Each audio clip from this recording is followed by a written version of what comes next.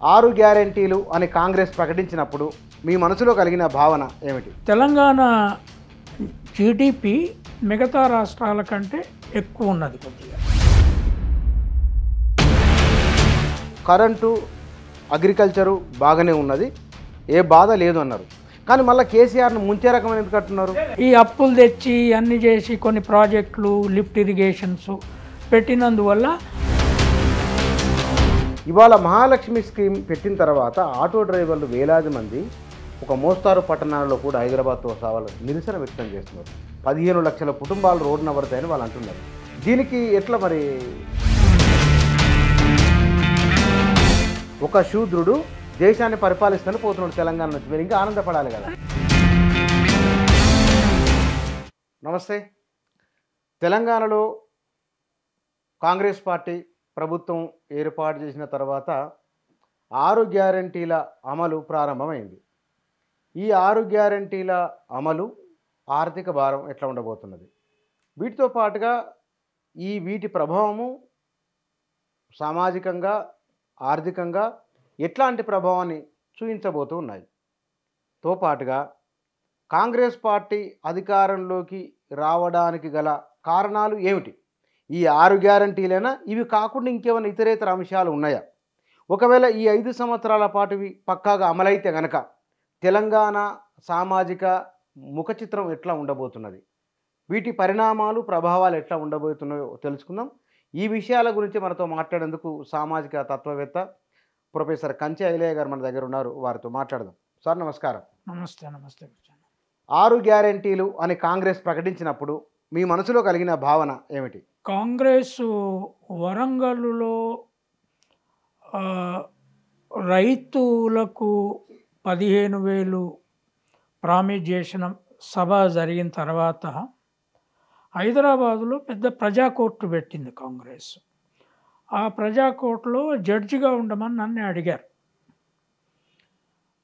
ఆ జడ్జిమెంట్లో దాంట్లో వాళ్ళు గత 9.5 సంవత్సరాలలో బీఈఆర్ఎస్ లేదా అంతకుముందు టీఆర్ఎస్, కేసీఆర్ మొత్తం కుటుంబము చేసిన పరిపాలనలో రాష్ట్రంలో ఎటువంటి అన్యాయం జరిగింది, ఎంత దోపిడీ జరిగింది అనే దాని మీద ఒక్కొక్కరు సీనియర్ లీడర్లే ఆ కోర్టు ముందు డిపోజ్ చేశారు, విషయాలన్నీ వివరించారు. తర్వాత నేను దాన్ని మొత్తం వాళ్ళు అది విన్నాక తర్వాత అక్కడ ప్రజలు చెప్పినవి తీసుకొచ్చి వీడియోలు వేశారు, పబ్లిక్గా ఓపెన్గా జరుగుతుంది. అప్పుడు నేను ఇచ్చిన జడ్జిమెంట్లో 14 పాయింట్లు అక్కడికక్కడే నేను ఫార్మ్ చేసుకొని జడ్జిమెంట్ చెప్పాను. ఆ జడ్జిమెంట్లో కీలకమైన అంశం ఏంటి అంటే, దక్షిణాది రాష్ట్రాలలో వెల్ఫేర్ సిస్టమ్ అనేది నార్త్ ఇండియా కంటే చాలా ఎక్కువ. అది తమిళనాడు నుంచి మొదలైంది. ఇప్పుడు ఆంధ్రప్రదేశ్లో జగన్ వచ్చిన తర్వాత దాని అకౌంట్లలోకి డబ్బులు మార్చడం అనే ప్రక్రియ ఆంధ్రప్రదేశ్లో ఇప్పుడు కాంగ్రెస్ కంటే ముందు ఆంధ్రప్రదేశ్లో హైయెస్ట్ ఉన్నది. అమ్మ ఒడి కావచ్చు, కాలేజ్ పిల్లల తల్లుల అకౌంట్లోకి కావచ్చు, సంవత్సరానికి ఈజీగా 50-55 వేల వరకు ఆడవాళ్ళ అకౌంట్లోకి జగన్ పంపిస్తున్నాడు. తర్వాత కాంగ్రెస్ మొదటిసారి నేషనల్ పార్టీ కర్ణాటకలో వెల్ఫేర్ వ్యవస్థను పెంచింది. అప్పుడు నేను చెప్పింది ఏంటి అంటే, ఈ రాష్ట్రంలో ఉన్న ఆదాయం అప్పటికే మనకు ఒక అంచనా వచ్చింది. నేషనల్ అసెస్మెంట్లోనే తెలంగాణ జీడిపి మిగతా రాష్ట్రాల కంటే ఎక్కువ ఉన్నది కొద్దిగా. కారణం హైదరాబాదు ఇన్కమ్ కావచ్చు ఇదే. తర్వాత అగ్రేరియన్ పంటలలో డెఫినెట్గా మార్పు వచ్చింది. వ్యవసాయ రంగంలో ఇతర రూపాలు కొన్ని మార్పు వచ్చింది. ఎలక్ట్రిసిటీ స్టెబిలైజ్ అయింది. అయితే ఇప్పుడు బాగా లోన్లు ఉన్నాయని ఇప్పుడు ఈ ప్రభుత్వం చెప్తుంది.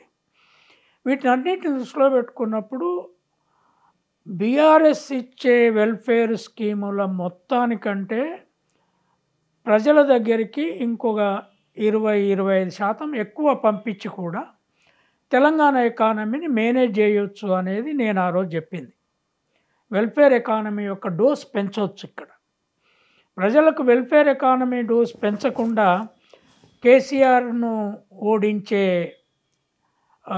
రాజకీయ పోరాటము చేయలేరు. ప్రజలకు ఎట్లాగో అవసరాలు కావాలి.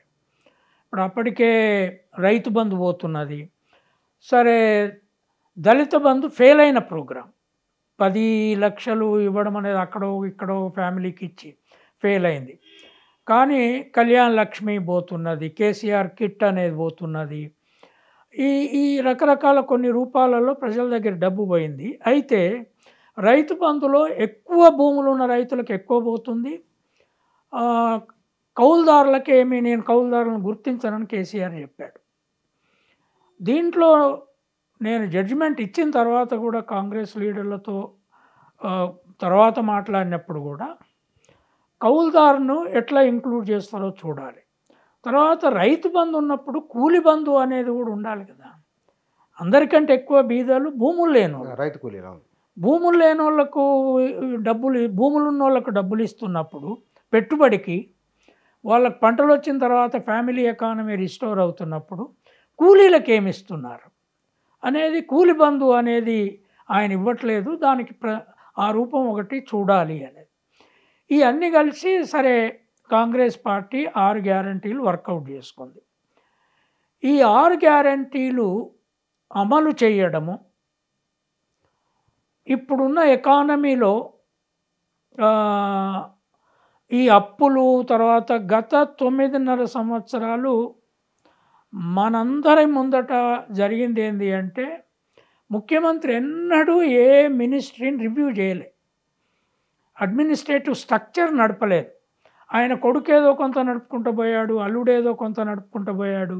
కానీ చీఫ్ మినిస్టరు వ్యవస్థను, ఆర్థిక సిస్టమ్ని వర్కౌట్ చేసి దానికి అనుకూలంగా నడపలేదు. కానీ రైతు బంధు ఇచ్చుకుంటూ పోయారు, తర్వాత కరెంటు కొనుక్కుంటూ పోయారు. ఇప్పుడు వీళ్ళు ఈ 6 గ్యారంటీలలో నేను ఒక రఫ్ ఎస్టిమేట్ వేసుకున్నాను. సపోజ్ ఒక ఎకరం రైతు ఉంటాడు అనుకుందాం. ఆ ఎకరం రైతుకి సంవత్సరానికి 15,000 రూపాయలు రైతు భరోసా కింద పోతుంది కాంగ్రెస్. మహాలక్ష్మి ఆ ఇంట్లో ఒక ఆడామె ఉంటే, పనిచేసే ఆడామె, ముసలామె కాకుండా 4,000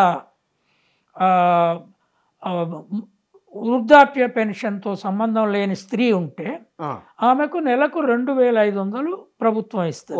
15,000 ఒక 2,500, అది 30,000 అవుతుంది. సంవత్సరానికి 30,000. సంవత్సరానికి 30 ఒక ఇవి 30 నేను లెక్క చెప్తా. తర్వాత ఆ ఇంట్లో ఒక కుటుంబంలో ఇంతకుముందు కేసీఆర్ కూడా భార్యాభర్తలు ఉన్న ఒకరికే ఇచ్చారు. అవును. వైఎస్ఆర్ ఇద్దరికి ఇచ్చాడు, 250, 250 ఇద్దరికి ఇచ్చాడు. కేసీఆర్ ఒకటే చేశాడు. ఇప్పుడు వీళ్ళు కూడా ఒకటే ఇవ్వాలి వృద్ధాప్య పెన్షన్లో. అది నెలకు 4,000 ఇస్తున్నారు. కేసీఆర్ 5,000 ఇస్తా అన్నాడు. వీళ్ళ తర్వాత 4,000 లెక్క చూసుకుంటే ఆ ముసలమ్మకు ఆ ఇంట్లో 48,000 వస్తాయి సంవత్సరానికి. తర్వాత దాంట్లో ఒకరు పోయి మన్రేగాలో రిజిస్టర్ చేసుకొని ఈ 1 ఎకరం దున్నుకున్నాక కూడా కూలి చేస్తుంటే ఆ మన్రేగా దాంట్లో రిజిస్టర్ అయ్యి వాళ్ళకు వైట్ కార్డు ఇవన్నీ ఉంటే 12,000 కూడా వాళ్ళకు ఇవ్వాలి అనే డిమాండ్ ఉంటుంది. ఎందుకంటే కూలికి 12,000 అన్నారు. 12,000 అది అనుకుందాం. అదే రైతు, అదే కుటుంబం ఒక 2 ఎకరాలు కౌలుకు తీసుకుంటే 2 ఎకరాలకు 15,000 30,000 కౌలు రైతు కూడా ఇవ్వాల్సి వస్తుంది. బికాస్ రిజిస్టర్డ్ కౌలు రైతు అవుతాడు. ఇప్పుడు దాన్ని కొంత సాల్వ్ చేయాలి. తర్వాత ఇది కాకుండా యువ వికాసం ఒకటి ఉంది. అంటే 5 లక్షల కార్డు ఇస్తాం. దీన్ని ప్రభుత్వం రూల్స్ ఫ్రేమ్ చేయాలి. రూల్స్ ఫ్రేమ్ చేస్తే అంటే ఏంటి, ఈ 5 ఏళ్ల లోపల 5 లక్షలు ఆ యువకునికి ముట్టేటట్టు చూస్తారా అనేది ఇంపార్టెంట్. న్యాచురల్గా 5 ఏళ్ల లోపలనే, అంటే ఆ యువకుడు ఇప్పటి నుంచి లెక్కలు తీసిన తర్వాత గ్రాడ్యుయేటో పోస్ట్ గ్రాడ్యుయేటో అయ్యి నిరుద్యోగంగా ఉంటే ఒక సంవత్సరానికి 1,25,000 రూపాయలు అతనికి ముట్ట చెప్పాల్సి వస్తుంది వివిధ రూపాల్లో. అది నిరుద్యోగ భృతి ఫామ్లో ఇవ్వాలి.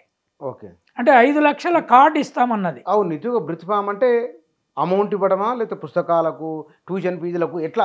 అవి ఇప్పుడు అతను ట్రైనింగ్ కోసం పోయేటప్పుడు అడుగుతాడా, లేకపోతే అది రూల్స్ ఫ్రేమ్ కావాలి. ఓకే, 5 లక్షలు అన్నప్పుడు వాటిని మనం బ్రేక్ చేసుకుంటే సంవత్సరానికి 1,25,000. ఓకే, ఇవి కాకుండా 500కు గ్యాస్ సిలిండరు, దాంట్లో 700 మిగులుతుంది. సంవత్సరానికి 12 గ్యాస్లో ఒక కుటుంబం వాడుకుంటుంది అనుకుంటే ఈ 700 చొప్పున మిగులుతుంది అక్కడ. తర్వాత 200 కరెంటు, అదే కుటుంబం బీదరికంలో వైట్ కార్డు ఉంటుంది కనుక 200 యూనిట్ల కరెంటు కూడా ఫ్రీగా ఉంటుంది, అక్కడ కొంత వస్తుంది. ఈ లెక్కంబడి చూసుకుంటే ఇట్లా ఒకవేళ దీన్ని ఆపరేట్ చేస్తే 2,60,000 రూపాయలు అట్లాంటి కుటుంబంలోకి సంవత్సరానికి చేరుతాయి. 2.5 lakhs 2.60 2,60,000 రూపాయలు చేరాలి ప్రతి ఏటా. అంటే వాళ్ళు 2 ఎకరాలకి మనం ఎకరానికి వేసుకున్నాం, లేదు ఎకరం వాళ్ళది, 2 ఎకరాలు కౌలుకు చేసి అట్లా చేయొచ్చు. ఎకరం ఉన్న వాళ్ళు 2 ఎకరాలు కౌలుకు చేసుకోవచ్చు. మనం విలేజ్ చూద్దాం, నువ్వు నేను గ్రామంలో కూర్చొని మాట్లాడుకుంటున్నాం. 1 ఎకరం ఉన్న అతను అది చేసుకొని ఇంకో 2 ఎకరాలు కౌలుకు తీసుకోవచ్చు కదా. ఎన్ని ఎకరాలు తీసుకుంటే అన్ని ఎకరాలు అనుకుందాం. అయితే ఇక్కడ కాంగ్రెస్ ప్రభుత్వం ఇప్పుడు మొత్తం రూల్స్ ఫ్రేమ్ చేయాల్సింది ఏంటి అంటే, ఈ రైతు ఓనర్కి కౌలు రైతుకి ఎన్ని ఎకరాలు తీసుకున్నా ఇస్తారా అనే దగ్గర రూల్స్ ఫ్రేమ్ చేసుకోవాలి. రూల్స్లో మార్పు డెఫినెట్గా చేసుకోవచ్చు. ఇది అయితే ఇప్పుడు ఆర్థిక వ్యవస్థలు ఏమంటున్నారు, ఇంతకుముందు తెలుగుదేశంతో ఉన్నవాళ్ళు, అక్కడ బీజేపీ ఆర్థిక వ్యవస్థలో ఉన్నవాళ్ళు, బీజేపీ వాళ్ళు ఈ ఎన్నికల్లో కాంగ్రెస్ ఇచ్చిన గ్యారంటీలు అటు పెట్టు, టీఆర్ఎస్ ఇచ్చిన గ్యారంటీల లాంటి జోలికి కూడా పోలే.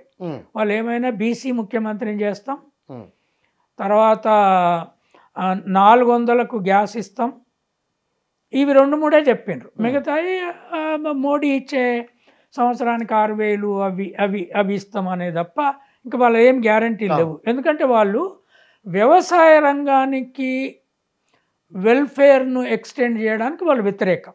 వాళ్ళు కాంట్రాక్ట్ ఎకానమీకి బడ్జెట్ నుంచి డబ్బు ఇస్తారు. అంబానీ, ఆదానీ వీళ్ళకు రోడ్లు కట్టమని, ఎయిర్పోర్ట్లు కట్టమని, తర్వాత పోర్ట్లు కట్టమని, ఇవన్నిటికీ డబ్బులు ఇచ్చి వాళ్లకు. అయితే నేననేది ఏంటి అంటే, ఇప్పుడు మొదటిసారి ఒక జాతీయ కాంగ్రెస్ పార్టీ ఇక్కడ అన్ని రాష్ట్రాల కంటే ఎక్కువ వెల్ఫేర్ ఎక్స్పెరిమెంట్ చేస్తున్నది. దీనికి ఇప్పుడు ఈ ప్రభుత్వం మీద, రేవంత్ రెడ్డి గారి ప్రభుత్వం మీద దీనికి రూల్స్ ఫ్రేమ్ చేయడము, జాతికే ఒక మోడల్గా ఈ వెల్ఫేర్ను అమలు చేయడం అనేది వాళ్ళ మీద ఒక పెద్ద బాధ్యత ఉన్నది. స్మాల్ బాధ్యత కాదు, నేషనల్ పార్టీ కదా. ఇది రీజనల్ పార్టీ అయితే అక్కడికి ఫెయిల్ అవుతారు, లేకపోతే సక్సెస్ నెక్స్ట్ టైం తీసేస్తారు. కానీ ఇక్కడ ఏమైంది అనేది, ఇక్కడ కర్ణాటకలో ఏమైంది అనేది రేపు ఢిల్లీ పార్టీకి కూడా చుట్టుకుంటుంది. వీళ్ళు ప్రామిస్ చేసినారు, ఇది అమలు చేయలేకపోయిందని బీజేపీ గొడవ చేస్తుంది. ఇక్కడ బీఆర్ఎస్ వదిలిపెట్టండి, ఇది టీఆర్ఎస్ను బీఆర్ఎస్ చేసుకొని మేమే దేశంలో మొత్తం వెళ్తాము, తెలంగాణ డబ్బునంతా తీసుకుపోయి అన్ని రాష్ట్రాల్లో పెడతాము, ఢిల్లీలో ఆఫీసులు కడతాము, రేపు ఇంకో కలకత్తాలో కడతాం, ఇదంతా నాటకం. ఇది తెలంగాణను ముంచే పని, ఇది బాగు చేసే పని కాదు. కానీ ఒక మాట సార్, ఇక్కడ మనం 6 గ్యారెంటీల గురించి దాదాపు మీరు చెప్పినట్లే వివరించింది. ఇక్కడ 6 గ్యారెంటీల ప్రభావం మీరు చెప్పిండ్రు. ఇంతకుముందు మీరు మాట్లాడుతున్నప్పుడు కరెంటు, అగ్రికల్చరు బాగానే ఉన్నది, ఏ బాధ లేదు అన్నారు. కానీ మళ్ళీ కేసీఆర్ను ముంచే రకమైన ఎందుకు అంటున్నారు? లేదా ఇప్పుడు అగ్రికల్చర్ ఇంప్రూవ్ అయింది. 2014కి ఇప్పటికీ 1-2 కలిసి వచ్చినాయి. దాంట్లో ఫస్ట్ 2014లో తప్ప ప్రతి సంవత్సరం మంచి వానలు పడ్డాయి, పుష్కలంగా వర్షాలు పడ్డాయి. 2014లో ఒక పసలంతా దెబ్బతిన్నది యాక్చువల్గా. రెండవది వీళ్ళు కాకతీయ చెరువుల ప్రోగ్రాము, తర్వాత ఈ అప్పులు తెచ్చి అన్నీ చేసి కొన్ని ప్రాజెక్టులు, లిఫ్ట్ ఇరిగేషన్స్ పెట్టినందువల్ల అగ్రేరియన్ ఇరిగేషన్ డెఫినెట్గా పెరిగిందాన్ని మనం పెరగలేదనడానికి లేదు. హైదరాబాదులో నేను మొదలనుకున్నది హైదరాబాద్లో ఆంధ్ర వాళ్ళంతా వదిలిపెట్టిపోతారు, వేరే వాళ్ళు వచ్చి ఇన్వెస్ట్ చేయరు అనుకున్నాం, కానీ నా అంచనా తప్పైంది. బయట నుంచి చాలామంది వచ్చి మార్వాడీలు, తర్వాత రియల్ ఎస్టేట్, ఎందుకంటే హైదరాబాద్కు జాగా ఉంది, నీళ్ళ వనరు ఏర్పడింది కనుక ఇన్వెస్ట్మెంట్ వచ్చింది. సో హైదరాబాద్ ఎకానమీ కూడా పెరిగింది. కానీ ప్రజల్లో ఈ పార్టీ ముందు ముందు ఏం చేయబోతున్నది, టీఆర్ఎస్ దీనికోసమే పుట్టింది, బీఆర్ఎస్ అయ్యి ఈ తెలంగాణ డబ్బంతా నేషన్లో పెట్టబోతుందా, తర్వాత ఈ కుటుంబం పరిపాలనకి ఇంత పెద్ద ఎత్తునేంది అనేది ఒక అసంతృప్తి పెరుక్కుంటూ వచ్చింది. ముఖ్యమంత్రిలాగా పనిచేయలేకపోవడం, కొడుకు ఒకవైపు, అల్లుడు ఒకవైపు, కూతురు ఒకవైపు, మనవడు కూడా పరిపాలనలోకి రావడం, ఇవి ఒక ప్రాబ్లం ఉంది. అయినా కాంగ్రెస్ ఈ వెల్ఫేర్ వ్యవస్థను ప్రజల ముందు పెట్టకపోతే ఇంత ఈజీగా గెలిచేవాళ్ళు కాదు. అయితే దీని ప్రభావం ఎట్లుండబోతుంది అనేది బీజేపీకి కాంగ్రెస్కు మధ్య ఢిల్లీ లెవెల్లో జరిగే సంఘర్షణ దీని మీద ఆధారపడి ఉంటుంది. ఓకే, నేననేది ఏంటి అంటే వీటిని రూల్స్ ఫ్రేమ్ చేసి, ఇప్పుడు సపోజు ఒక ఇంట్లో మహాలక్ష్మి కింద ఆడామ నెలకి 2500 తీసుకుంటుంది. ఆమె మళ్ళీ కూలీగా రిజిస్టర్ చేసుకున్నది 12,000 తీసుకోవడానికి, లేదా భర్త చేసుకున్నాడు, భర్త అక్కడ రైతు బంధు తీసుకున్నాడు. వీటిని ఎలిమినేట్ చేయాలి, ఏదో ఒకటి. ఇది రెవెన్యూ సిస్టమ్ చాలా సీరియస్గా వీటిని అన్నిటిని అంచనా వేసి ఎలిమినేట్ చేసి డబుల్ ఎక్కడ పోకుండా ఒక ఆర్థిక వనరును చూడాలి. ఇప్పుడు నిరుద్యోగ భృతి ఉంది, ఆ ఇంట్లో నిరుద్యోగుడు ఉన్నప్పుడు అతనికి ఇవ్వక తప్పదు, అమ్మాయో అబ్బాయో వాళ్ళకి ఇవ్వక తప్పదు. అయితే 18,000 ఏళ్ళ పైనుంచి 58 ఏళ్ళ వరకు ఉన్న వాళ్ళందరికీ 2,500 ఇస్తామంటే అట్లా కుదరదు, ఇంటికొకరికి మాత్రమే ఇవ్వగలగాలి. అది అది అది అది అన్బిలీవబుల్ అమౌంట్ అయిపోద్ది, అది ఎవరు చేయలేరు. అక్కడ ఈ ఈ మొత్తంలో ఏది డబుల్ ఎకానమీ షిఫ్ట్ కాకుండా చూసుకున్నా కూడా మినిమం 1,80,000 ఇట్లాంటి కుటుంబం ఇంటికి చేరుతాయి. ఓకే, రైట్, ప్రాపర్గా ఇంప్లిమెంట్ చేస్తే. దీని ప్రభావం ఎట్లుంటుంది అంటే బీజేపీ ఎకానమీనేమో పెద్ద పెద్ద కాంట్రాక్టర్ల లక్షలకి లక్షల కోట్లు పోతున్నాయి. ఇట్లాంటి అగ్రేరియన్ వ్యవస్థకి వెల్ఫేర్ సిస్టమ్ ద్వారా బ్యాంక్ అకౌంట్లోకి మార్చినప్పుడు దీంట్లో కరప్షన్ ఉండదు, అంత బ్యాంక్ అకౌంట్లోకి డబ్బులు పోతుంటాయి. ఓకే, ఎమ్మెల్యేలకో లేకపోతే మిగతా వాళ్ళకో ఇక్కడ కలెక్టర్ చేతుల్లో ఏముండదు. ఈ డబ్బు ఆ నెలలోనూ లేదా 2 నెలల్లో మార్కెట్లో ఖర్చు అవుతుంది. ఖర్చు అయినప్పుడు రూరల్ మార్కెట్ సిస్టమ్ విపరీతంగా పెరుగుతుంది. తర్వాత దీన్ని స్కూల్కు లింక్ చేసి చూస్తే పిల్లలు మంచి ఫుడ్ తింటారు, తాగుడు సమస్య పెరుగుతుంది అనేది ఒక వాదన ఉంది. నేననేది ఏంటి అంటే పిల్లలు ఆ ఇంట్లో చదువుకుంటున్నప్పుడు ఆడమనిషి అకౌంట్లోకే మారుస్తున్నప్పుడు, మగ మనిషి తాగుడు మీద కంట్రోల్ పెరిగినప్పుడు అది కూడా క్రమంగా తగ్గుతుంది. ఇంట్లో రిఫార్మ్ జరగాలి.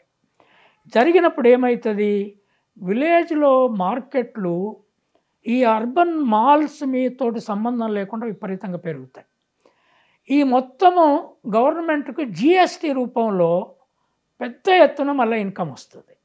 ఓకే, ఇప్పుడు మునుపట్లాగా లేదు. జిఎస్టీ ఒక లక్షణం ఏంటి అంటే నువ్వు 10 పైసలది కొన్నా 1 పైసా జిఎస్టీ వస్తుంది, 2 పైసలు వస్తాయి. స్టేట్కి పోద్ది, సెంటర్కి పోద్ది, మళ్ళీ అక్కడి నుంచి 42% మళ్ళీ స్టేట్కి వచ్చేది. ఈ మొత్తం మీద వెనక్కి వస్తుంది కనుక ఆదాయం తెలంగాణకు ముందు ముందు పెరుగుతుంది. అయితే నేననేది ఏంటంటే ప్రాపర్గా దీన్ని రూల్స్ ఫ్రేమ్ చేసి ఇప్పుడున్న అగ్రికల్చరల్ సిస్టమ్ని మేనేజ్ చేసి, ఈ పవర్ స్ట్రక్చర్ని మేనేజ్ చేసి, ఈ 6 గ్యారెంటీలను అమలు చేస్తే తెలంగాణ ఎకానమీ దేశంలో ఎక్కడ లేని ఎకానమీగా గ్రామీణ వ్యవస్థను చాలా ఆర్థికంగా బలపడేస్తుంది. కానీ ఇక్కడ సార్ ఒక ప్రాబ్లం కూడా ఉన్నది. ఒకప్పుడు మా ఊరికి బస్సు కావాలని ధర్నా చేసేవాళ్ళు. మనం ఒక 15 సంవత్సరాలుగా ఆ వార్తలు లేవు, చూడట్లేదు. మాకు బస్సు అని వాళ్ళు అడిగేది, ఎందుకంటే ప్రైవేటు రవాణా వ్యవస్థ వచ్చింది, బైకులు ఆటోలు వచ్చినాయి. ఇవాళ మహాలక్ష్మి స్కీమ్ పెట్టిన తర్వాత ఆటో డ్రైవర్లు వేలాది మంది ఒక మోస్తారు పట్టణాలలో కూడా హైదరాబాద్తో సవాలు నిరసన వ్యక్తం చేస్తున్నారు. 15 లక్షల కుటుంబాలు రోడ్డున పడతాయని వాళ్ళు అంటున్నారు. దీనికి ఎట్లా మరి ఆల్టర్నేటివ్? అంటే మహాలక్ష్మి అనేది ఆటో వాళ్ళ కుటుంబానికి కూడా పోద్ది. 2500 నెలకు 2500 ఆటో వాళ్ళ ఆడవాళ్ళకు కూడా పోతుంది కదా, వాళ్ళ ఇంట్లో కూడా స్త్రీలు ఉంటారు కదా, నిరుద్యోగులు ఉంటే ఆ ఇంటికి కూడా పోద్ది. తర్వాత వాళ్ళకి అర్థం కావట్లేదు. ఇప్పుడు ఏమనుకుంటున్నారంటే ఆటో వాళ్ళ ఎడ్యుకేషన్ నేను చూస్తున్నా, ఇప్పుడు ఈ ఫ్రీ బస్ అలౌ చేస్తున్నారు విమెన్కి, ఉచిత బస్సు. దానివల్ల మా ఆదాయంలో గండి పడుతుంది అని వాళ్ళు అంటున్నారు. కానీ ముందు ముందు ఈ ఇన్కమ్ పెరిగిన కొద్దీ బస్సు కోసమే చూస్తూ ఉండరు, చేతిలో డబ్బులు ఉంటాయి. ఆ డబ్బులు ఉన్నప్పుడు ఆటో రెడీగా ఉంటే ఆటో ఎక్కిపోతారు. రూరల్ ఇన్వెస్ట్మెంటు ఊహించనంత పద్ధతిలో ఈ స్కీమ్లో పెరుగుతుంది. ఎవరైనా డబ్బులు లేనప్పుడు ఆటో ఎట్లా ఎక్కుతారు, డబ్బులు ఉండనప్పుడు ఎక్కకుండా ఎట్లుంటారు? ఫ్రీ బస్సు అది ఎప్పుడో టైంకి వస్తుంది, కానీ ఊరు వాళ్ళు టైంకు వాళ్ళ ఇష్టం వచ్చినట్టు పోవాలి రావాలి. అక్కడి నుంచి ఊరు నుంచి మండల ఆఫీస్ కాకుండా పాత తాలూకా హెడ్ క్వార్టర్కో పోయి ఏదో కొనుక్కొని రావాలి, హాస్పిటల్ చూసుకొని రావాలి. బస్ కోసమే చూడరు. కనుక అన్ని రకాల ట్రాన్స్పోర్ట్ సిస్టమ్కు ఇంకా ఆదాయం పెరుగుతుంది. ఇది ఇప్పుడు వారం రోజుల దీన్ని చూసి ఆటో వాళ్ళు, ఇప్పుడు నాకు అర్థం కావట్లేదు, ఆటో వాళ్ళు హైదరాబాద్లో మాకు మొత్తం ఇప్పుడు వారం రోజుల కోసం ఎక్కి మొత్తం బస్సులలోకి ఎక్కిరిసిపోవచ్చు. కానీ బస్సు నిరంతరంగా అందుబాటులో ఉండి తర్వాత అదే పల్లె వెలుగు బస్సులో పోయేటోళ్ళు ఎంతమంది ఆటోలు ఎక్కుతున్నారు ఎర్లియర్?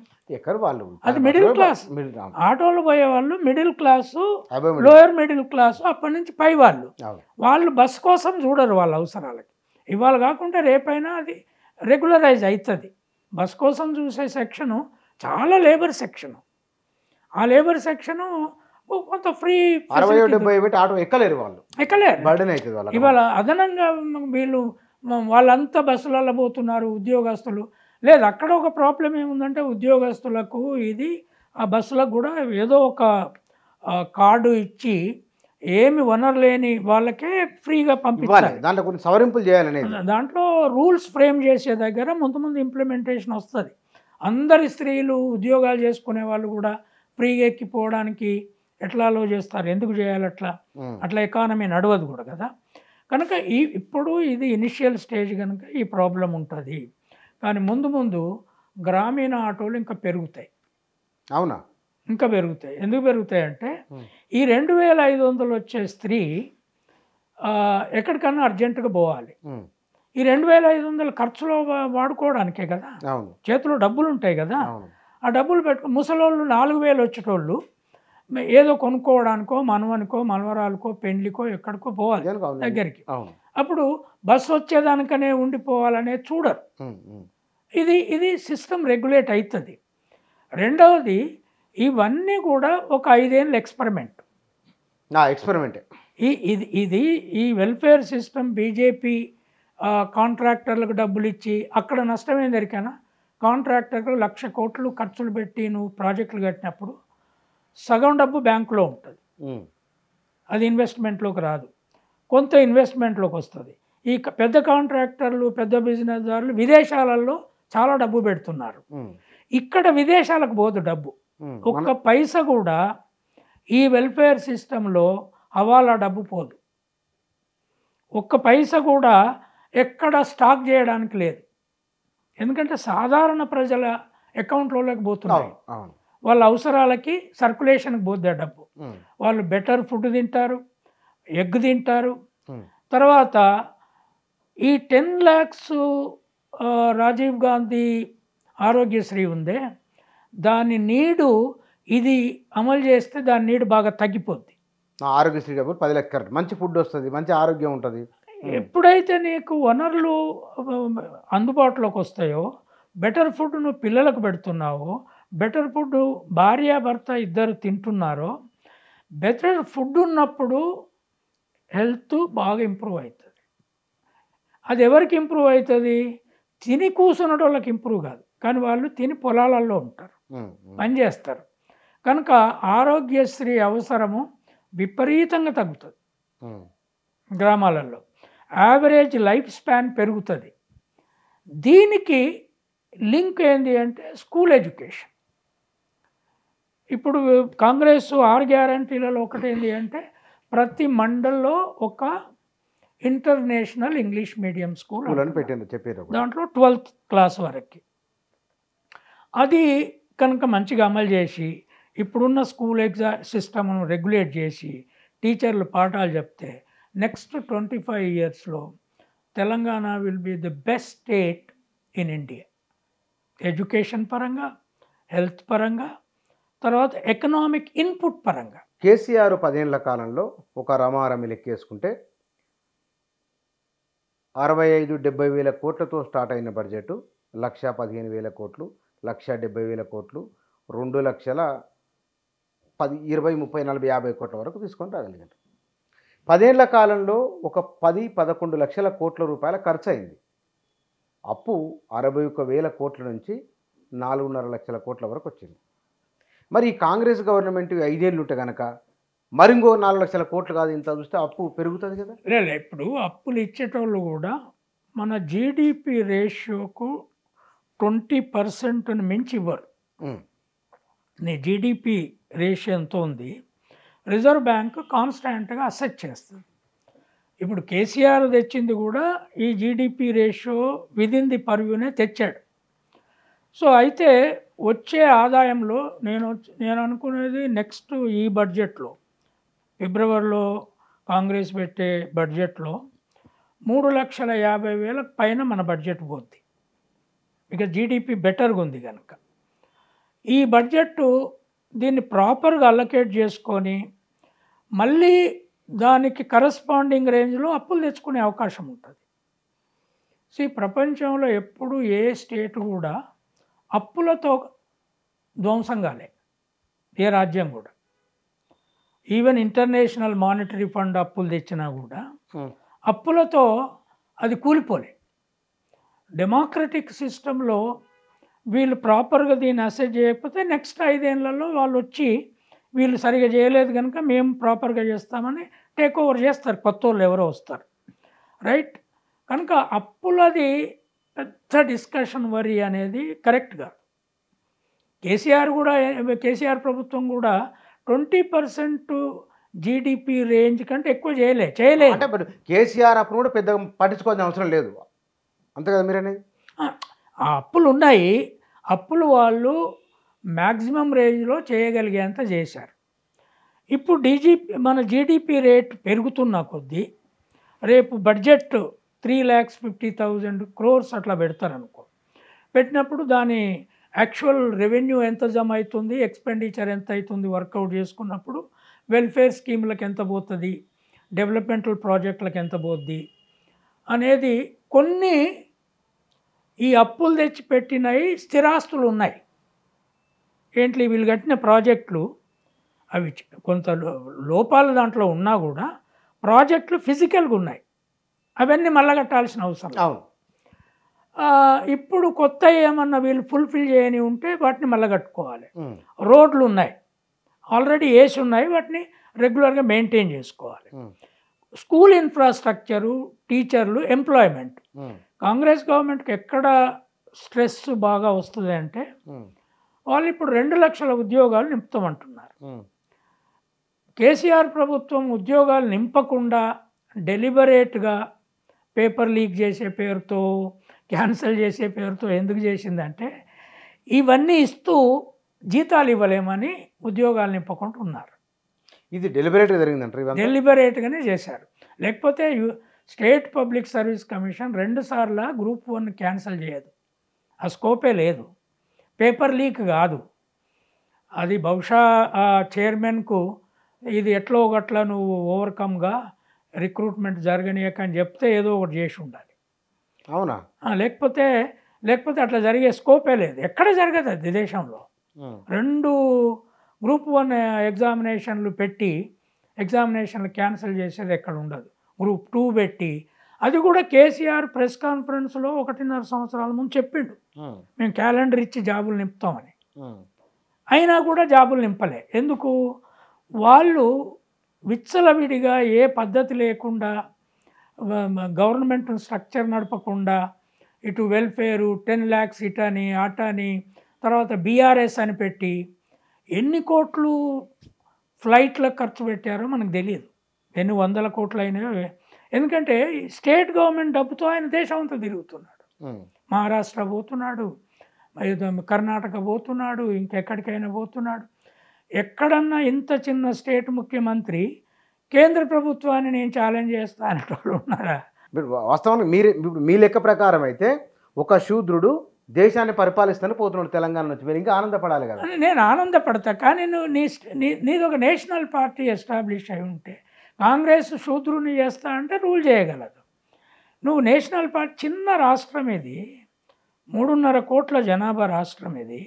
ఇక్కడ వచ్చిన ఆదాయం తీసుకుపోయి నేను నేషనల్ పార్టీ నడుపుతా అని నేషనల్ ఎన్నికల్లో పోటీ చేసి 520 మంది ఎంపీలకు నేను పోటీ చేయిస్తానంటే ఎక్కడి నుంచి వస్తాయి నీకు డబ్బులు? ఇక్కడి వ్యవస్థనంతా అమ్మి పెట్టినా సరిపోదు. సో ఎప్పుడైతే వీళ్ళు టీఆర్ఎస్ని బీఆర్ఎస్ చేశారో ఇక అది పెద్ద లూటీ వ్యవహారం ప్రారంభమైంది. అట్లా చేయరు ఎవ్వరు.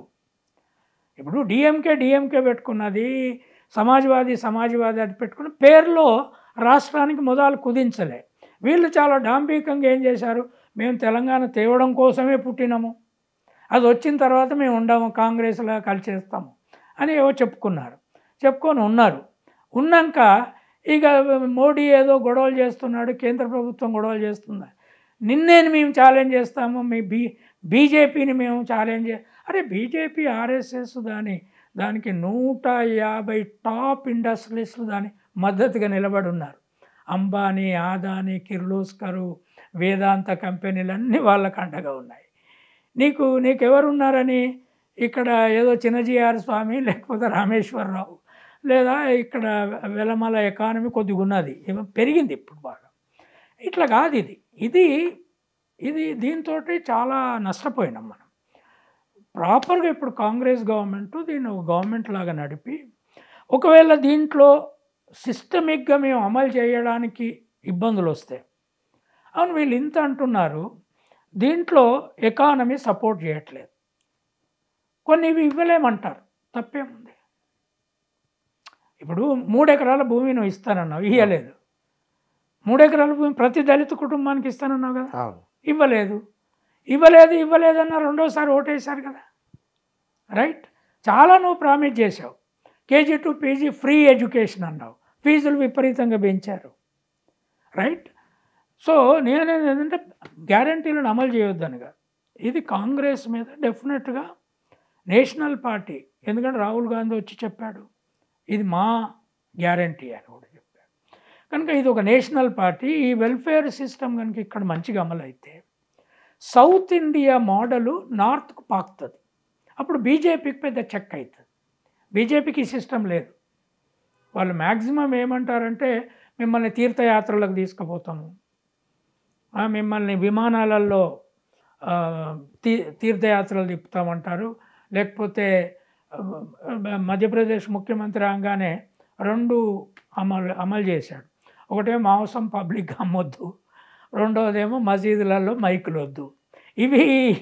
ఇవి పెద్ద ఖర్చున్నాయి కాదు, ఇంపాక్ట్ అయితే అది రిలీజియస్ సెంటిమెంట్ పెట్టి మూఢనమ్మకాన్ని ద్వారా పరిపాలించడం. కానీ ఇది మూఢనమ్మకం కాదు, ఇది ప్రజల కాంక్రీట్గా వెల్ఫేర్ సిస్టమ్ను. డెమోక్రసీ అంటేనే వెల్ఫేర్. ఇప్పుడు లండన్లో, ఇంగ్లాండ్లో మెడికల్ సిస్టంలో మా అన్నపిల్లలు ఉన్నారు, మీరు ఎవ్వరూ ఇంటి వాళ్ళు సాయం చేయాల్సిన అవసరం లేదు. రోగం వస్తే జస్ట్ ఫోన్ చేసి చెప్తే చాలు, అంబులెన్స్ తీసుకుపోతే వాళ్ళే బాగు చేస్తారు, మళ్ళీ ఇంట్లో పెడతారు. ముసలాయన ఒక ఆయన ఉంటే వాచింగ్ మిషన్ పెడతారు, ఆ మిషన్ సౌండ్ ద్వారా మళ్ళీ వాళ్ళు చెక్ చేసుకుంటారు. ఒక్క పైసా కట్టేది లేదు. కంప్లీట్ 12th క్లాస్ వరకు complete free education, quality education ఇస్తారు. దానికి ఎంత ఖర్చు కావాలి? ఈ ఖర్చు ఇంత లేదు మన దగ్గర ఎడ్యుకేషన్కి, హెల్త్కి.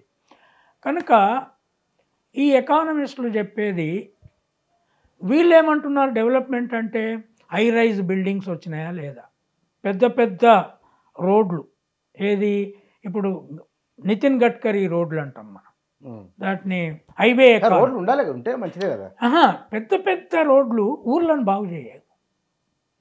కొన్ని లక్షల కోట్లు పెట్టి నువ్వు పెద్ద పెద్ద రోడ్లు వేస్తే ఊర్లు బాగావు. ఇది America China model of development. అక్కడ ప్రాబ్లమ్స్ వస్తున్నాయి. ఇది మనము వెల్ఫేర్ గ్రామాలకు పంపి ప్రజల ఆరోగ్యాన్ని, ఎకనామిక్ స్ట్రక్చర్ని, అగ్రికల్చర్ను ప్రొడక్టివ్గా మార్చడం ఇక్కడ దీంతో సార్. సార్ మీరు బహుశా రేవంత్ రెడ్డి అంటే మీకు చాలా ప్రేమ అభిమానం ఉందా, లేకపోతే కాంగ్రెస్ అంటే ప్రేమ అభిమానం? మీకు చాలా నిర్దిష్టంగా కాంగ్రెస్ చేస్తున్నది ఈ దేశాన్ని మార్చడానికి ఒక నమూనా తెలంగాణ ఎకనామీ కాబోతుందని ఒక అభిప్రాయం వ్యక్తం అవుతుంది మీ మాటలు.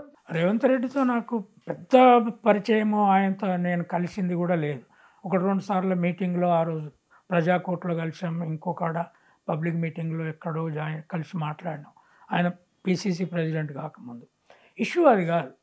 నేను BJP model versus Congress model ఎట్లా జాతీయ స్థాయిలో చూస్తున్నారు. జాతీయ స్థాయిలో చూసి నేను జడ్జిగా నన్ను పెట్టినప్పుడే మీరు ఇప్పుడున్న కేసీఆర్ వెల్ఫేర్ సిస్టమ్ కంటే ఇంకా 20% డబ్బు ప్రజల అకౌంట్లోకి పంపొచ్చు, తెలంగాణ స్టేట్ మేనేజ్ చేస్తుంది, దీని ఎకనామిక్ రిసోర్స్ సరిపోద్ది అని చెప్పిన కదా నేను చెప్పినోన్ని. ఇవాళ రేవంత్ రెడ్డి వచ్చిండా రాలేదా ఇష్యూ కాదు. నేషనల్ లెవెల్లో కాంగ్రెస్ మోడలు 2014 వరకు కూడా ఇప్పుడు బీజేపీ మోడల్ లాంటిదే, ఏది హైవే ఎకానమీ మోడల్. ఓకే, నేను నా రాతలలో ఏం చెప్తున్నానంటే సౌత్ ఇండియన్ మోడల్కు మీరు వెల్ఫేర్ మోడల్కి షిఫ్ట్ కాకుండా, దీన్ని ఒక రకంగా శూద్ర వెల్ఫేర్ మోడల్ అంటే అందరికి డిస్ట్రిబ్యూటివ్ ఊళ్ళో ఉన్న ఈ మోడల్కి షిఫ్ట్ కాకుండా మీరు బీజేపీని ఓడించలేరు. ప్రజల దగ్గరికి మీరు పోయి అదే రిలీజన్ గురించి మాట్లాడి అదే సెంటిమెంటు చేస్తే మీకు ఓటేయరు, వాళ్ళకే వేస్తారు. కనుక కాంగ్రెస్ మోడల్ మారాలి. రెండవది ఇంగ్లీష్ మీడియం విద్య. నేను ఎప్పటి నుంచో మాట్లాడుతున్నా, ఇంగ్లీష్ మీడియం స్కూళ్ళు తయారు చేయాలి, గవర్నమెంట్ స్కూళ్ళన్నీ. అది జగన్ ముందాలు పట్టుకున్నాడు. ఇక్కడికంటే కేసీఆర్ దాన్ని అమలు చేయలేదు. కేసీఆర్ లాస్ట్ ఇయర్ నుంచి అమలు చేస్తానంటున్నాడు, దాన్ని పట్టించుకోలే. ఇప్పుడు మొదటిసారి మొన్న ముఖ్యమంత్రి రివ్యూ చేశాడు, ఎడ్యుకేషన్ సెక్రటరీలను కూర్చుండబెట్టుకొని. రివ్యూ కూడా చేయకపోతే ఎట్లా? సో నేను అనేది రేవంత్ రెడ్డి వచ్చిండా ఇంకొకరు వచ్చిండా కాదు. డెఫినెట్గా కేసీఆర్ రైతు బంధు ప్రోగ్రాంతో 2 పనులు చేసిండు.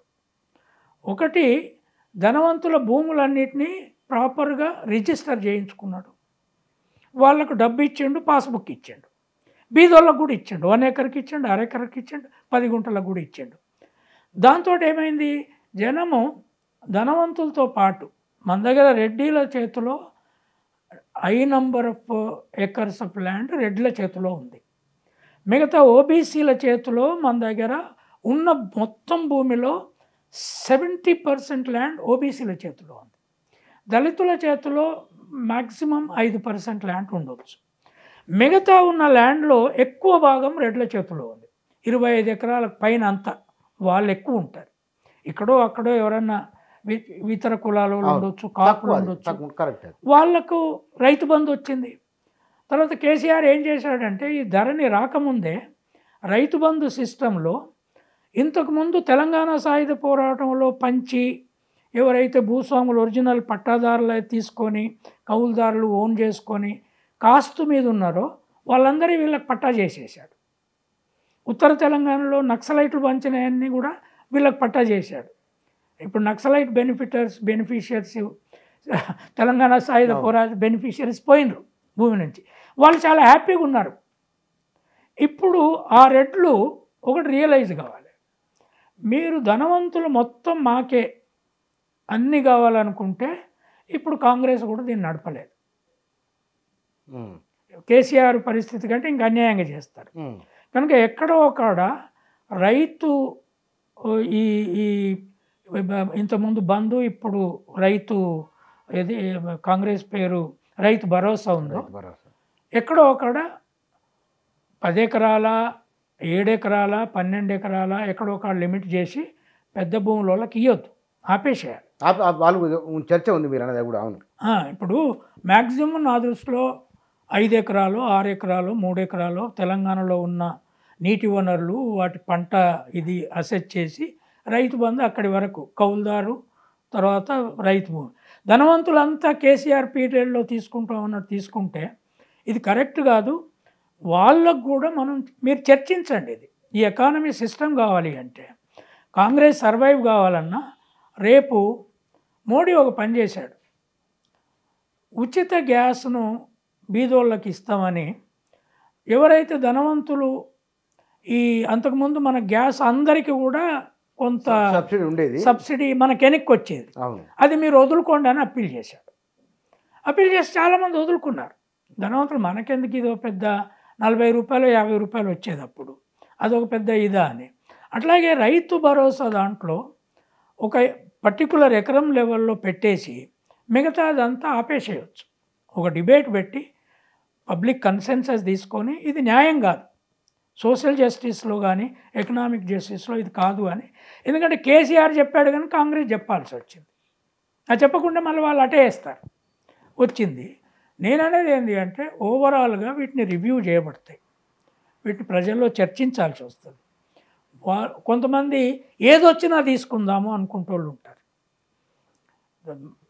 18 ఏళ్ళ ఆడామికి వచ్చే 2500 తీసుకుంటారు, తర్వాత అక్కడ కూలి బంధు తీసుకుంటారు, ఇక్కడ రైతు భరోసా తీసుకుంటారు, అక్కడ నిరుద్యోగి తీసుకుంటారు.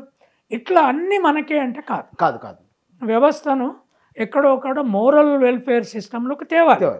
ఇక్కడ సార్ ఇవన్నీ మాట్లాడినా కదా, రేవంత్ రెడ్డి ముందున్న సవాళ్ళు ఒక 3-4 ఏమైనా ఉన్నాయా, లేవా, ఉంటే ఏమున్నాయి? రేవంత్ రెడ్డి పరిపాలన కేసీఆర్ పరిపాలనలాగా వ్యక్తి నిర్ణయం మీద ఉంటే కష్టం. అది ఉండడానికి స్కోప్ లేదు అక్కడ. ఒకటి, ఇది నేషనల్ పార్టీ.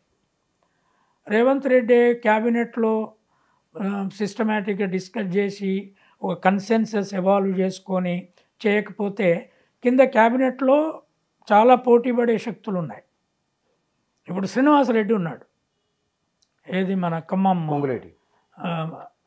పొంగులేటి శ్రీనివాసరెడ్డి, లేదా బట్టి ఉన్నాడు, విక్రమ్ కుమార్ ఆయన ఉన్నాడు, మాజీ పిసిసిఐ అధ్యక్షుడు. వీళ్ళందరూ సీనియర్ లీడర్లు. తర్వాత శ్రీధర్ బాబు ఉన్నాడు, వీళ్ళందరూ ఎక్స్పీరియన్స్ లీడర్లు. తర్వాత కాంగ్రెస్లో రీజనల్ పార్టీ లాగా అధ్యక్షుడు ఏది చెప్తే అదే వినాల్సిన పని లేదు. వాళ్ళు తిరిగి అట్లా కాదు ఇట్లా అని చెప్తారు. వీళ్ళందరూ చెప్తే కూడా నడవకపోతే పైన కేంద్ర పార్టీ ఉంటుంది, ఇది రెగ్యులేట్ చేయాల్సి వస్తుంది. కనుక రేవంత్ రెడ్డి ప్రభుత్వము కేసీఆర్ ప్రభుత్వం లాగా నడిచే ఆస్కారం లేదు. వీటన్నిటి మీద ప్రాపర్గా చర్చలు జరగాలి, వీటన్నిటి మీద రూల్స్ ఫ్రేమ్ కావాలి. ఇది అన్నీ లేనప్పుడు ప్రజలకు ఎక్స్ప్లెయిన్ చేసి కొంతకాలం తగ్గిస్తామని చెప్పుకోవచ్చు. ఒక సిస్టమ్ని ఎవాల్వ్ చేయాలి కదా. After all people understand. నేను దోసుకు తినడానికి లేదు పీపుల్. తర్వాత ధనవంతులు కూడా బీదోళ్ళ వైపు చూడాలి. ఇది లేకపోతే ప్రజాస్వామ్యంలో వెల్ఫేర్ వ్యవస్థ నడవదు.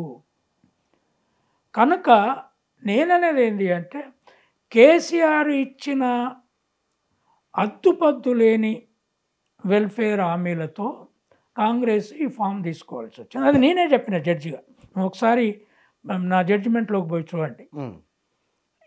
ఆయన కంటే ఒక 20% ఎక్కువ ఇస్తేనే ప్రజలు ఆలోచిస్తారు.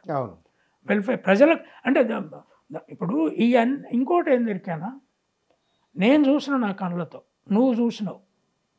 తెలంగాణ ఉద్యమంలో కేసీఆర్ క్యాబినెట్లో ఉన్నోళ్ళు కానీ ఎమ్మెల్యేలు కానీ అస్సలు ఆస్తులు లేనోళ్ళు 70% ఉంటుంది ఉద్యమకాలంలో, ఏమీ లేనోళ్ళు. ఈ కేసీఆర్ ప్రభుత్వము ఆయన ఇచ్చే రైతు బంధు ఇచ్చి, కళ్యాణ లక్ష్మి ఇచ్చి, తర్వాత కిట్ ఇచ్చి, తర్వాత దళిత బంధు కొంత ఇచ్చి అప్పులు చేసేట్లో ఒక్క ఎమ్మెల్యే కూడా దిగిపోయే నాటికి 150 కోట్లకు తక్కువ లేడు. 150 కోట్లు ఒక్క ఎమ్మెల్యే కూడా తక్కువ లేడు. ఎక్కడి నుంచి వచ్చినాయి? అప్పుడు నేను నా జడ్జిమెంట్లో ఏం చెప్పినా అంటే, మీరు కరప్షన్ తగ్గిస్తే ఒక్కొక్క ఎమ్మెల్యే సంవత్సరానికి ఒక 50 కోట్లు సంపాదించేది మీరు ఆపేస్తే ఆ 50 కోట్లు ప్రజల వైపు పెట్టండి. ఇప్పుడు మీరు ప్రభుత్వంలో లేకుండా ఉన్నారు కదా, బతుకుతున్నారు కదా, మీకు అందరికి పెద్ద వెహికల్స్ ఉన్నాయి. కాంగ్రెస్లో మాత్రము అస్సలే దిక్కులు లేకుండా ఉద్యమంతో వచ్చి ధనవంతులైన వాళ్ళు లేడు ఇప్పుడు. వీళ్ళంతా ఇక్కడ ఎంతో కొంత ఉన్నోళ్ళు. వీళ్ళు ఈ 10 ఏళ్ళు ఏమి ప్రభుత్వంలో ఉండి సంపాదించుకున్న వాళ్ళు కాదు. ఏదో వాళ్ళ వ్యాపారాలు, వ్యవసాయాలు ఏదో ఒకటి ఉన్నారు. మంత్రివర్గంలో కోటీశ్వరులు ఎక్కువ ఉన్నారు. కనుక సీతక్క తప్ప అంత కోటీశ్వరులే. ఎవరు తప్ప? ఒక సీతక్క తప్ప, ములుగు సీతక్క తప్ప కోటీశ్వరు. అంటే 5 కోట్ల నుంచి ఇంక పైన. కనుక మీరు కూడా తినాలని చూడకండి. చూస్తే నేను తెలంగాణ ఉద్యమాన్ని ఎందుకు వ్యతిరేకించిన తెలుసా? నా చుట్టూ ఉన్న విద్యార్థులు క్లాసులకు రాకుండా, తర్వాత ఈ ఉద్యోగులు, తర్వాత మా ప్రొఫెసర్లు విద్యావంతుల వేదికను పెట్టి బైకాట్ కాలిచ్చి విద్యార్థి నాయకులు శ్రీ చైతన్య మీద, తర్వాత నారాయణ మీద, పెట్రోల్ బంకులు, సినిమా థియేటర్లు, వసూళ్ళు టీఆర్ఎస్ పార్టీ చేసినంత వసూళ్ళు దేశంలో ఎప్పుడు ఏ ఉద్యమంలో ఏ పార్టీ చేయలే. వసూలు చేసి ధనవంతులైనరు అప్పటికే. ఇక వచ్చిన తర్వాత ఇక మళ్ళా స్టేట్ మీద వసూలు. అప్పుడు ఎవరు డొనేషన్ బయట ఇయ్యడు, బెదిరియడానికి ఇయ్యడు కదా. ఇది ఆపితే చాలా డబ్బు స్టేట్కి మిగులుతుంది. ఆ డబ్బు ప్రజలకు ఇవ్వండి. ఇది వెల్ఫేర్ మీద డిబేట్ జరపకపోతే ఈ భారతదేశము ఒకవైపు నేను 1,50,000 జీతం తీసుకొని రిటైర్ అయినా, ఇవాళ నెలకు 80,000 ఎంతో నాకు పెన్షన్ అంతవరకు వస్తూనే ఉంది. కానీ రోడ్ల మీద అడుక్క తినేవాళ్ళు ఉన్నారు. నేను ఇది నా పెన్షన్ కూడా ఎక్కువే అని ఆలోచించాలి కదా. అది పబ్లిక్ నుంచి కూడా ఉండాలి మరి. అది ఇప్పుడు ఉద్యోగస్తులు మా జీతాలు ఎంతైనా పెంచండి, కరెక్ట్ కాదు. అది నువ్వు ప్రజల గురించి ఆలోచించాలి కదా. స్టేట్ కూడా మన స్టేటే కదా. ఈ రాజ్యాంగాన్ని బద్దలు కొట్టి నువ్వు సంపాదించుకోదలుచుకుంటే ఈ కాన్స్టిట్యూషన్ నిలబడదు. అప్పుడు అంబేద్కర్ ఫెయిల్ అవుతాడు. అది ఎంప్లాయీస్ మీద మంచిది కాదు, ఎవరికి మంచిది కాదు. అది ఎవరికి మంచిది కాదు. అందుకని నేనేమంటున్నా, మొత్తం కేంద్ర ప్రభుత్వం కానీ రాష్ట్ర ప్రభుత్వాలు కానీ స్టేట్ ఎంప్లాయీస్ యొక్క శాలరీస్ రీఎవాల్యుయేట్ చేయాలి. మీరు ఒక్కటి చూడండి, మీ పిల్లలను చదివించిన అనుభవం కూడా మీకు ఉంటుంది. గవర్నమెంట్ టీచరు మినిమం 65,000-60,000తో స్టార్ట్ అవుతాడు, రైట్? వాళ్ళు స్కూళ్ళల్లో సరిగా పాఠాలు చెప్తలేరు. ప్రైవేట్ టీచర్లు ఇప్పుడు మీ పిల్లల్ని పంపే ఇంగ్లీష్ మీడియం స్కూల్లో టీచర్ల జీతం ఎంత ఉంటుందో తెలుసా? 15,000, 20,000 కంటే ఎవరికి ఎక్కువ ఉండదు. వీళ్ళు ఎక్కువ పాఠాలు చెప్తారు, వాళ్ళు పాఠాలు చెప్పారు. రిటైర్ అయ్యే నాటికి మినిమం 1,10,000 టీచర్ రిటైర్ అవుతాడు. పెన్షన్ ఉంటుంది, ఒక 50,000, 40,000 పెన్షన్. మన బాధ్యత స్టేట్ పట్ల, ప్రజల పట్ల లేదా? దీన్ని ఆలోచించకుండా ప్రైవేట్ టీచర్ ఏమో ఏ జీతం లేకున్నా చెప్తాడు, మనమేమో పిల్లలకు చదువు చెప్పాము. ఎవరికి నష్టం? ఇది అంబేద్కర్కి నష్టం. మనం ఏ అంబేద్కర్ని అయితే గ్రామాన్ని నిలబెట్టుకుంటున్నామో, ఏ రాజ్యాంగం అయితే మనం దీన్ని కాపాడుకోవాలనుకుంటున్నామో దానికి నష్టం కదా. ఇది అందరూ చాలా సీరియస్గా ఎవరికి వాళ్ళు వ్యక్తిగతంగా ఆలోచించాలి. ఎంప్లాయీస్ రోజు స్టేట్ మీద డిమాండ్ పెట్టి ఇది పెంచు, అది పెంచు, అది పెంచు అనుకుంటే ప్రజలకు ఇచ్చే భరోసా. ఇక్కడ కూలీలకు సంవత్సరానికి 12,000 అదనపు ఇస్తానంటే అది మన్రేగాలో 100 రోజులలో సరిగ్గా పని దొరకదు. సార్, ఇందాక మాట్లాడింది మొత్తం కాంగ్రెస్ పార్టీకి సంబంధించిన సానుకూల అంశాలు మాట్లాడినాము, రేవంత్ రెడ్డి సవాళ్ళు కూడా మాట్లాడినాం మనం. ఈ 10 ఏళ్ల కాలంలో తెలంగాణకు ముఖ్యమంత్రి 3వసారి కూడా కేసీఆర్ అనే ఒక చర్చ కూడా జరిగింది. అసలు ఆయన ఏ కారణాలలో కేసీఆర్ ఓడిపోయిండు? అసలు మీరు గుర్తించిన కారణాలు ఏమిటి, ఏమేమి ఉన్నాయి?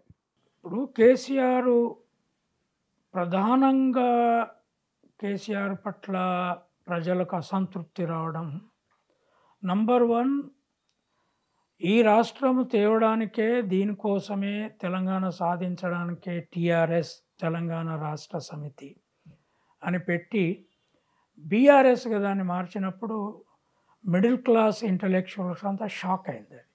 వీళ్ళు ఇది ఏం చేయబోతున్నారు. రెండోది నిరుద్యోగుల బాధ. అది చాలా పెద్ద సమస్య అయింది. అన్ని పరీక్షలు పెట్టుడు, క్యాన్సిల్ చేసుడు, అంటే ఇట్ట జరుగుతుంది వ్యవస్థ. మూడవది, ఈ తండ్రి, కొడుకు, అల్లుడు, కూతురు వీళ్ళు వ్యవస్థ నడుపుతున్నారు. ఎక్కడ ఒక సిస్టమ్ పనిచేయట్లేదు. నాలుగవది, వీళ్ళు వెల్ఫేర్ సిస్టమ్ కొంత పెట్టారు, డబ్బు ప్రజల దగ్గర కొంత పోతుంది. ముసలోళ్ళు కూడా కేసీఆర్ నా పెద్ద కొడుకు, మాకు నెలకు 2016 ఇస్తున్నాడు, ఇట్లా అనుకున్న రోజులు ఉన్నాయి. కానీ ఎప్పుడైతే కాంగ్రెసు దాన్ని ఛాలెంజ్ చేసే వెల్ఫేర్ ఎకనామిక్ ప్యాకేజ్ ప్రజల ముందు పెట్టిందో, తర్వాత తెచ్చింది నువ్వు అని చాలా కాలం చెప్పుకున్నావు, ఇచ్చిన కాంగ్రెస్ను ముంచేయడం మంచిది కాదు అనేది ఎప్పటి నుంచో చాలామందిలో ఉన్నది. అది కనుక వాళ్ళు ప్రజల్లో, నేను కూడా గ్రామాలలో చూసిన, తర్వాత బరిలెక్క ప్రచారానికి పోయినప్పుడు చూసిన, అన్ఎంప్లాయీస్ విపరీతంగా కేసీఆర్ మీద కోపంగా ఉన్నారు. ఎప్పుడు ఓడించాలి ఈయనను, ఏదో ఒకటి చేసి ఈ కుటుంబాన్ని అధికారం నుంచి దింపాలనేది, ఇవన్నీ ఫ్యాక్టర్స్ పనిచేస్తాయి. తర్వాత బీజేపీ బీఆర్ఎస్ ఐక్యమైనవి అనేది, ఆ సంజయ్ని మార్చి కిషన్ రెడ్డిని పెట్టినప్పుడు ఆ స్ట్రక్చరులో వాళ్ళ మధ్య సంబంధాలు, ఇవన్నీ రకరకాల కారణాలు ఉంటాయి ఎన్నికల్లో.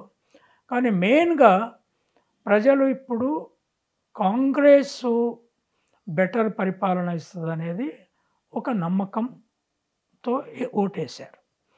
ఆ నమ్మకాన్ని కేవలం రేవంత్ రెడ్డి ఒక్కడే చేసేది కాదు. ఇక్కడ క్యాబినెట్, ఎమ్మెల్యేలు, దాని చుట్టూ ఉన్న పార్టీ కార్యకర్తలు, పైన కేంద్ర కమిటీ. ఇప్పుడు మొదటిసారి ఈ వెల్ఫేర్ స్ట్రక్చర్ని వీళ్ళు తెలంగాణలో ప్రూవ్ చేయాలి. ఒక ఏడాది 2 ఏళ్లలో అసంతృప్తి రాకుండా, కొన్ని ఇవ్వలేకపోయినా పర్వాలేదు, ప్రజలు అర్థం చేసుకుంటారు. 3 ఎకరాల భూమి ఇవ్వకపోతే అర్థం చేసుకోలే, కానీ ఎందుకు ఇవ్వట్లేదో ప్రజలకు ఓపెన్గా చెప్పగలగాలి, ప్రజల్లో ఒక నమ్మకం కుదిరించుకోగలగాలి. అప్పుడు డెఫినెట్గా సౌత్ ఇండియానే ఇప్పుడు వెల్ఫేర్ వ్యవస్థ, అందుకే ఇప్పుడు బీజేపీ ఇక్కడ రావట్లేదు. ఈ వెల్ఫేర్ వ్యవస్థ తెలంగాణలో, కర్ణాటకలో కనుక బాగా అమలు చేస్తే దీని ప్రభావము నార్త్ ఇండియా మీద పడుతుంది. కాంగ్రెస్కి అక్కడ పునాది పెరుగుతుంది బాగా. బీజేపీని కూడా ఓడించి మళ్ళీ అధికారంలోకి రావడానికి ఆస్కారం ఏర్పడుతుంది. Thank you sir, thank you very much. Telangana రాష్ట్రంలో కాంగ్రెస్ పార్టీ అమలు చేస్తూ ఉన్న 6 గ్యారంటీలు, ఈ గ్యారంటీలు పరిపూర్ణంగా అమలైతే కనుక తెలంగాణలో లక్షలాది కుటుంబాల ఆర్థిక జీవన విధానం, అంతిమంగా తెలంగాణ ఆర్థిక వ్యవస్థ ఎట్లా ఉండబోతున్నది, వీటి పరిణామాలు ఎట్లా ఉంటాయో ప్రొఫెసర్ కంచెలయ్య గారి మాటల్లో విన్నాం. తో పాటుగా రేవంత్ రెడ్డికి సూచనలు, కేసీఆర్కు కూడా కొన్ని సూచనలు, పరోక్షంగా కొన్ని, ఇవి వారి అనుభవంలో నుంచి వచ్చినవి. కొన్ని సంవత్సరాలుగా దళిత బహుజన అస్తిత్వము, సామాజిక, రాజకీయ, ఆర్థిక ఉన్నతికి సంబంధించిన అంశాలపైన వారు నిపుణులు. వారి మాటల్లో తెలంగాణ వ్యవస్థ, ఆర్థిక వ్యవస్థ, తెలంగాణ ప్రజల జీవితం భవిష్యత్తు రోజుల్లో ఇట్లా ఉండబోతున్నది. Thank you.